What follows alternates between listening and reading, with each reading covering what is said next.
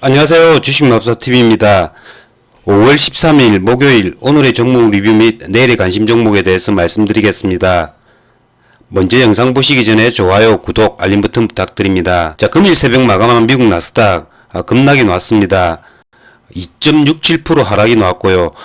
나스닥이 전일 이렇게 양봉이 나왔으면 반등을 해줘야 되는데 전저점을 무너뜨리는 음봉이 나왔습니다. 미국 나스닥 차트가 121동 평균선을 이탈을 해버렸습니다. 이제 나스닥 같은 경우에는 전저점이죠. 12,800 부근, 이 부분까지 찍고 아마도 반등을 해줄 것 같습니다. 다우존스 역시 하락을 했습니다. 다우존스가 21 이동 평균선을 무너뜨렸는데요. 다우존스 같은 경우에는 60일 이동 평균선, 60일 이동 평균선까지 열어둬야 할 것 같습니다. 자, 오늘 일본장 그리고 대만장 크게 하락이 나왔습니다. 거기에 비하면 우리나라장 60일 이동평균선을 오늘 살짝 건드리는 모습 보였습니다. 다른 나라 미국, 일본, 대만 증시가 전부 다 121선을 깨뜨렸다면 우리나라장은 아직까지 121선을 깨뜨리지는 않았죠. 그렇기 때문에 극단적인 상황에서는 이 121 3000포인트까지 열어둬야 하지만 단기적 저점은 3070포인트가 되지 않을까라는 생각이 듭니다. 내일 만약에 우리나라장이 갭 하락으로 시작해가지고 이 3070 부근에 시작을 한다면 동시효과부터 매수하는 전략도 괜찮아 보입니다. 그러면 종목 하나하나 보시면서 말씀드리겠습니다. 자, 첫 번째 종목은 SK하이닉스입니다. SK하이닉스 오늘 저가가 11만 5,500원인데요. 오늘 SK하이닉스 그래프를 보시면 이렇게 짧지만 양봉을 만들어 줬습니다. 그건 SK하이닉스 그래프만 보시면 이 부분이 저점일 가능성이 많습니다. 하지만 내일 전체적인 장을 봐야 하기 때문에 내일 나스닥이 만약에 하락을 하고 SK하이닉스가 갭 하락을 띄운다면 시초가에 과감히 들어가는 전략, 그게 단기 저점이 될 수 있습니다. 그렇기 때문에 시초가에 과감히 매수하는 전략, 그런 전략도 괜찮아 보입니다. 이건 단기 저점에 이제는 왔다라는 거죠. 11만 2천원 이런 부분은 이 부분은 절대 저점이기 때문에 이 부분에 오면 굉장히 매수 기회가 될 수 있다라는 겁니다. 자, 셀트리온 역시 마찬가지입니다. 오늘 이렇게 짧은 양봉을 만들어 주었습니다.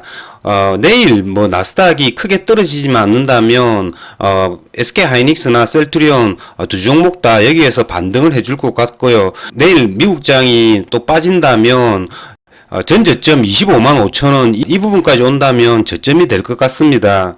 단기 저점이 거의 다 왔다라는 그런 말씀입니다. 다음은 철강주입니다. 어제 제가 말씀을 드린 것처럼 오늘 철강주들도 전체적으로 하락을 나타냈습니다.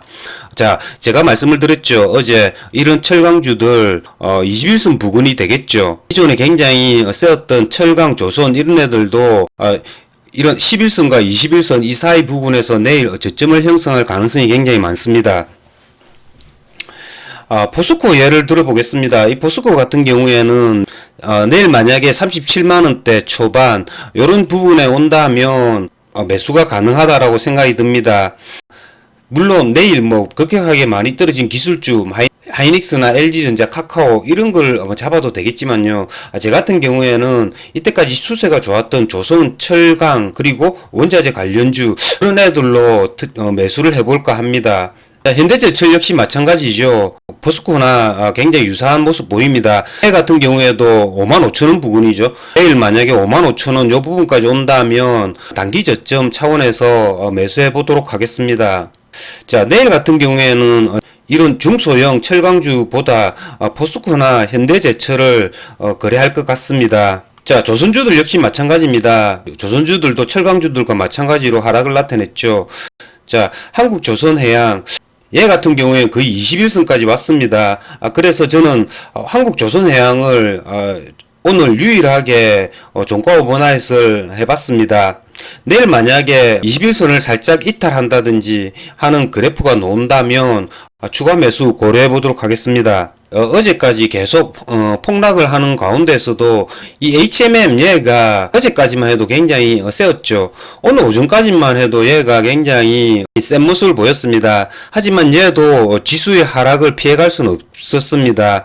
이런 애들 굉장히 내일 좋은 단타의 먹이감이 될 수 있습니다.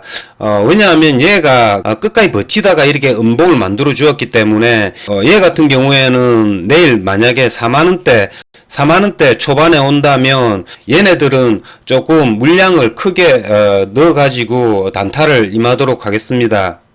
그러니까 이렇게 제일 세었던 놈들이 제일 마지막에 이렇게 음봉을 만들어 주는 겁니다. 자, 다음은 국산 백신 관련주들인데요. 자, 국산 백신 관련주들 굉장히 요즘 시세가 좋습니다.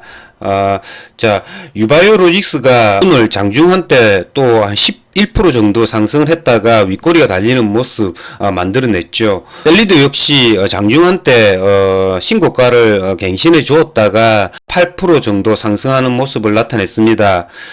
유바이오로직스나 셀리드 지금 시간의 가격이 굉장히 좋습니다. 그러니까 얘네들은 계속 시세를 준다라는 거죠.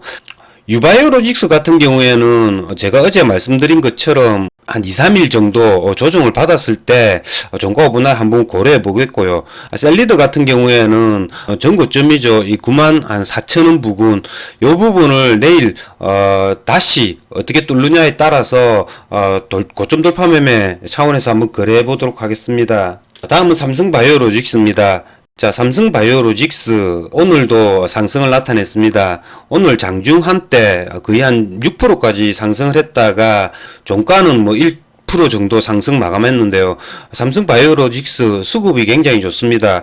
그리고 5월 21일 한미 정상회담을 할 때 삼성바이오로직스와 SK 바이오사이언스 얘네들이 CMO에 대한 이야기를 할 줄 모른다라는 그런 이야기 때문에 삼성바이오로직스가 장중한 때 상승을 했고요. 삼성바이오로직스 같은 경우에는 제가 전에도 말씀드렸지만 뭔가가 있는 것 같습니다. 그렇기 때문에 기관 외국인들이 계속 매수를 해주고 있고요. 그런 뉴스로 말미암아 삼성바이오로직스 관련주죠. 이 서린바이오 얘네가 오늘 상한가를 갔습니다. 하지만 시간의 가격에서 상한가가 무너뜨렸죠. 얘 같은 경우에는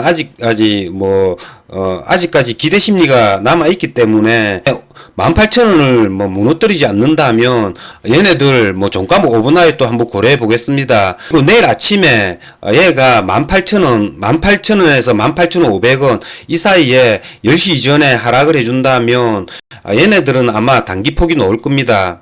왜냐하면 이건 아직까지 재료가 소멸한 게 아니죠. 이 유바이오로직스가 5월 11일 날 상한가를 갖다가 무너뜨린 모습, 그 다음날 조정을 받는 모습, 그런 모습을 내일 띄지 않을까라는 생각이 듭니다.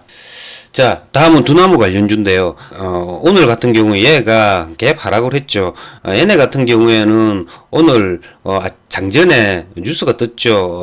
일론 머스크가 테슬라에서 비트코인 결제를 받지 않겠다라는 뉴스로 얘네들이 장전 시간에 매도 맞고 갭 하락 출발했죠. 저는 이거 물량을 갖고 있지 않았지만 설사 이걸 상가 오버나잇을 하신 분도 시가 한 4% 손절매 해야 됩니다. 악재가 떴기 때문에 그 악재를 가지고 굳이 거래할 필요는 없습니다. 하지만 얘네들 같은 경우에 두나무 상장이라는 그런 일정은 남아있죠. 하지만 그런 구체적인 일정이 나오지 않는다면 얘네들을 굳이 매수할 필요는 없을 것 같습니다. 제가 서두에서 말씀을 드렸다시피 내일 같은 경우에는 저점이 다 왔습니다. 내일 만약에 미국 나스닥이 좀 크게 하락을 한다면 우리나라장 1% 이상 하락을 한다면 지초가부터 이제 분할로 매수를 하는 전략이 괜찮아 보입니다. 어쨌든 내일 굉장히 중요한 장이고요. 중요한 자리라는 거 여러분들 잘 계획 세워가지고 큰 수익 얻으시길 기원드립니다. 이상으로 주식마법사TV를 마치겠습니다. 제 영상이 도움이 되셨다면 좋아요, 구독, 알림 버튼 부탁드립니다. 끝까지 시청하신 분들에게는 보유 종목이 급등할 수 있게끔 마법을 걸어드리겠습니다. 윙가르디움 레비오사 감사합니다.